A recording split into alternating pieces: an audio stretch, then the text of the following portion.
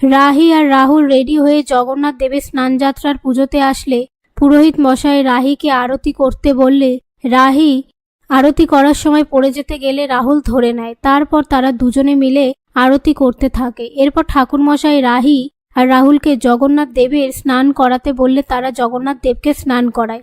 তখন টিনটিন এসে বলে আমিও স্নান করাবো। তখন তারা টিনটিনকে সাথে নিয়ে জগন্নাথ দেবের স্নান করায়। তারপর রাহি রাহুলকে দেখে হাসতে থাকলে রাহুল বলে হাসছো কেন?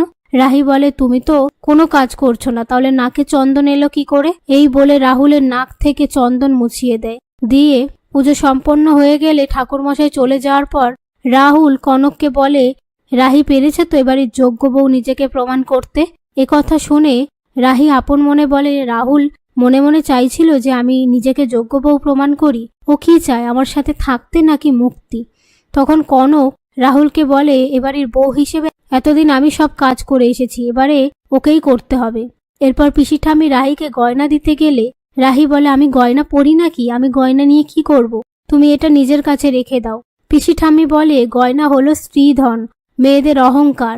রাহি বলে মেয়েদের ভালোবাসা সম্মান চাই, ওটাই মেয়েদের অহংকার। আগেকার দিনে মেয়েদের কাছে স্ত্রীধন থাকলেও বাইরে যাওয়ার পারমিশন ছিল না, এখন ছেলে মেয়ে দুজনেই একই সম্মান পায়। পাশ থেকে রাহুল বলে তার মানে রাহি বলতে চাইছে নিজে ধন উপার্জন করা।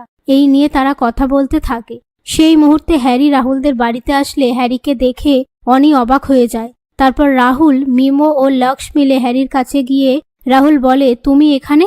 হ্যারি আমতা আমতা করে বলে যেহেতু এ বাড়িতে জগন্নাথ দেবের পুজো হচ্ছে আমি প্রসাদ নিতে এসেছি। তখন রাহুল বলে কিন্তু তুমি তোতলাচ্ছ কেন?